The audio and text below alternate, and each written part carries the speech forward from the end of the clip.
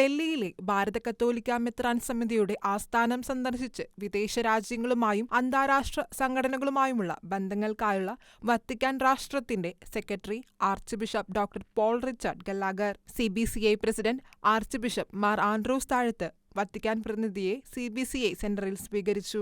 പരിശുദ്ധ സിംഹാസനവുമായുള്ള ഭാരതസഭയുടെ ബന്ധം കൂടുതൽ സുദൃഢമാകുന്നതിൽ ഈ സന്ദർശനം ഒരു സുപ്രധാന ഏടായി മാറിയെന്ന് ഭാരത കത്തോലിക്കാ മെത്രാൻ സമിതി അറിയിച്ചു.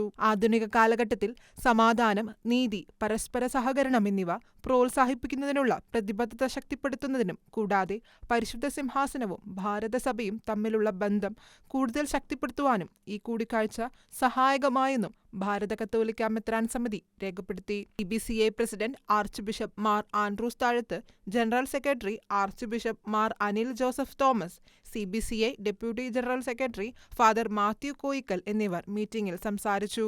5 ദിവസങ്ങളായി ഇന്ത്യയിൽ തുടരുന്ന ബിഷപ്പിന്റെ സന്ദർശനം ജൂലൈ 19 വരെ നീളും. National desk, Shekinah news.